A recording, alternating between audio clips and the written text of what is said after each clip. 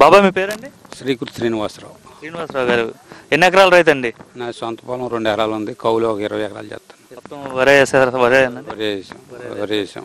ఎలా ఉందండి రైతులకి చంద్రబాబు వచ్చిన తర్వాత? బాగానే ఉంది. మురుకాళ్ళు అవి బాగా తవ్వించారు. నీళ్ళు అయితే మురుగు పడంగానే మన పెద్ద వర్షం పడంగానే తొందరగానే వెళ్ళిపోయినాయి. బాగానే ఉన్నాయి. మురుగుకి ఇబ్బంది ఏం లేదు. బాగానే ఉంది. మరి అన్నదాత సుఖీబాబు అని చెప్పి నేను వేశారు కదండి, పడ్డాయండి? పడినాయండి. ఎలా ఉంది అసలు నార్మల్గా అంటే ఇంతకుముందు ఉన్న ప్రభుత్వంలో ఎలా ఉంది రైతులకు, ఇప్పుడు ఎలా ఉంది అసలు? డబ్బులు మటుకు ఎంబడే పడిపోయినాయి. చాలా హ్యాపీగా ఉన్నాం డబ్బుల విషయంలో మటుకి. అంతకుముందు గత ప్రభుత్వం అయితే డబ్బులు నెలలు ఎదురు చూసాం. అసలు ఇక్కడ నుంచి లారీ అట మిల్లిగాడికి వెళ్ళి అన్లోడ్ అయిందో లేదో మా డబ్బులు పడిపోయినాయి అకౌంట్లు. అంతకుముందు నెలల పడలా. అసలు నెలల పడలేదు.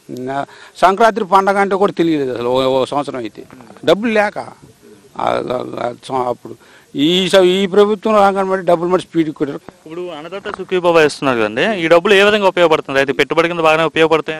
పెట్టుబడి ఉపయోగపడుతుంది. మరి రేపు పిండిలు వేసుకుంటా కానీ కలుపులు తీసుకుంటా కానీ ఇటు కూడా సరైన సమయంలోనే రైతుకి వేశారనుకోవచ్చు ఆయన.